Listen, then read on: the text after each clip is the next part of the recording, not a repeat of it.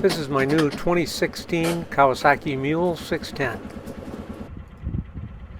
This is the Mule 610 XC, and the XC has bigger tires and a higher ground clearance. That's basically the difference. When you buy a machine like this, it's a good idea to go through the manual, kind of take a look at the things that you're going to be doing at home as far as maintenance goes, and just overall how to operate the machine correctly. This machine has a manual choke, and of course everybody knows you just pull the choke out, right? Well, I found out after reading the manual that you pull it out until it stops and then a little more, and that closes that choke so that you can start the machine. If I hadn't read the manual, I probably wouldn't have realized that. So on a real cold day, that's going to be an important little tidbit of information there. When I buy a new machine, the first thing I like to do is find the serial number. I copy this serial number down right in my book. It's located under the seat on the passenger side, right next to the gas tank. I'll give you a little close-up view. There it is.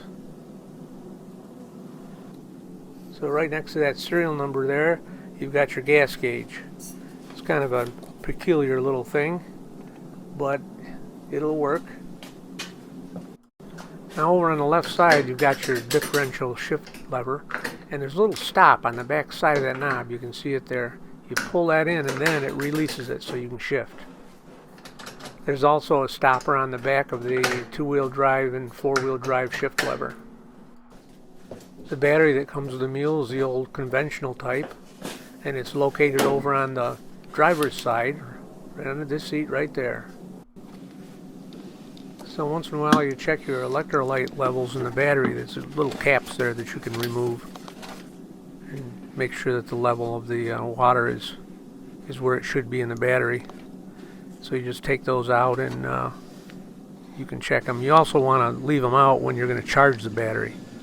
And speaking of charging, here I've got the charger hooked up, and there's the positive terminal of the battery, and you connect the negative to a non-painted surface on the machine somewhere. You don't want to connect it to the battery's negative terminal. This is my slick little battery tender. There's little lights on there that tell you that you're connected and charging, and that the sulfation mode is working. Now you want to check your oil often, and the Kawasaki Mule here has kind of a peculiar dipstick. There's a bevel on that cap right there, you can see. And that goes towards the back of the Mule. Got this bent dipstick, and so that's the way that thing goes in there, with that bevel towards the back. There's a plastic cap that you have to take off to get at the dipstick. It snaps right in there. Now the braking period for the Mule is 50 hours. You're going to be changing the engine oil and also the front final gear case oil. So that's pretty straightforward. There's a filler cap and a drain plug that you remove. I wanted to see where that cooling fan was for the engine, and so I crawled underneath here, and there it is. You want to kind of keep this in mind when you're driving through a stream or in some water of some kind. The Mule is not a submarine. Alright, we're going to keep track of that air filter. There's 4 clips that removes the cover, real easy. And then there are 2 screws on the filter that you can take out and pull that filter right off of there.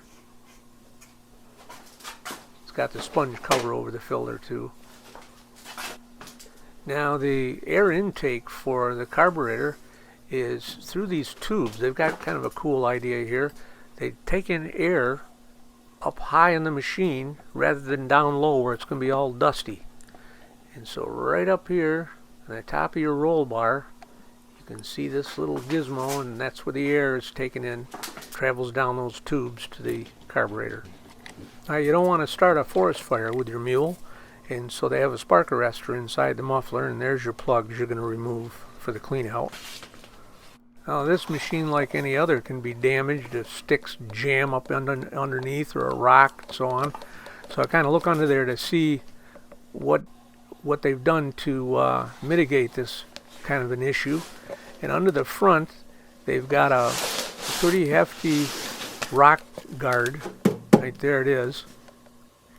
So the idea is rocks and sticks and so on will bounce off that thing before they can do any damage. And back here under the engine area is another deflector. Just keep in mind the Mule can take a lot of abuse, but it's not a tank. There's a torque converter on this machine, and of course there's an air filter for that, so every once in a while you're going to need to check that. And on the Mule you have to remove this cover. There's 6 screws in there that pulls off the cover, and then you remove the rubber hoses to get at that filter, which is over on that other side there. And this is also how you get at the carburetor if you want to drain the carburetor. Now there's a place in the Mule for a second battery if you want to run some other accessories. That little battery that comes with the Mule, that's basically will start the engine. Now what about the brake fluid? Well, there's a little window right here that you can look in there and see what the level is on your cylinder.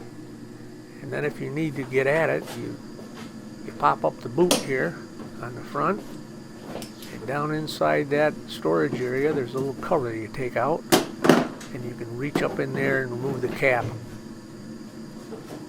Alright, so now you've got your shocks in the rear end there, and they have these springs which are adjustable. So there's your spring force adjuster right there. Another thing you want to keep an eye on are these rubber boots on the axles. And so just make sure that nothing poked a hole in them or they haven't ripped and torn and so on. So you can look up in there and see them pretty easily. Now if your Mule won't start, the first thing you want to look at is make sure that it's in neutral. And then you can look at your fuses, and they're located right over there on the driver's side, right above the battery. There's 2 sets of them there. So this Mule was made to work, and I gotta believe that if you take care of it, it'll last you many, many years, give you a lot of good service.